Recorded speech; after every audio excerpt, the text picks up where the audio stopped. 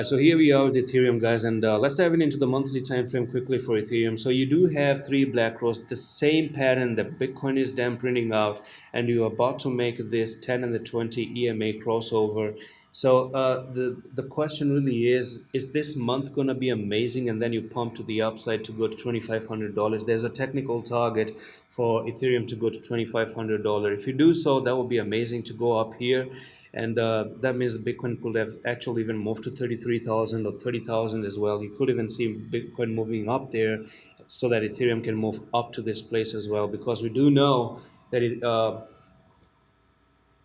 all the altcoins, including Ethereum, is going to actually move to that particular price level. So let me actually just dive into the daily, and let's talk about the daily, right? So it's been 2 days. You've been holding at this level like a boss.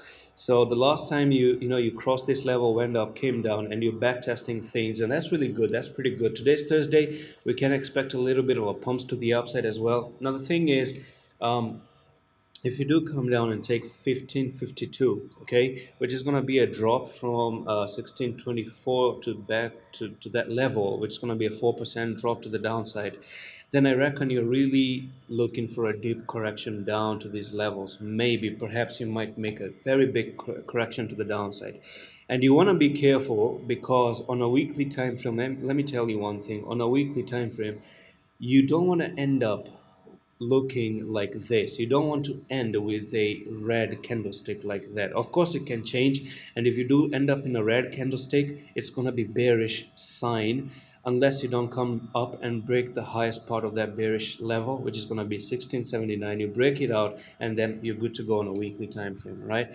And that's it for today's update on Ethereum. The technical target still remains $2,500 somehow, which can take time before it actually moves. Or you can even just make, sideways movement, make a bull flag, break the bull flag, and then go to the highest part of it.